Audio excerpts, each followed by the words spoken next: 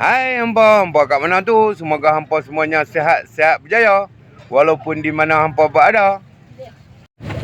Hari ini Mak Ali berada di Pasar Pagi Pida 3 pula, sahabat-sahabat. Hampa ada kat mana?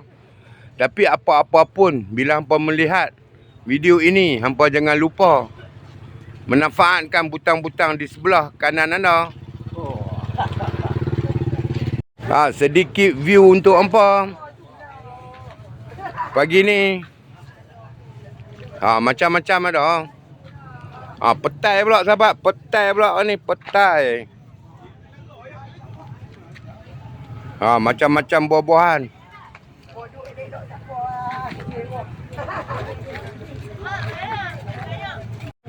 Sesiapa yang bermasalah dengan urat boleh dapatkan minyak raja kayu kat Bayu Mak Ali. Okey, jumpa lagi next video. Bye bye.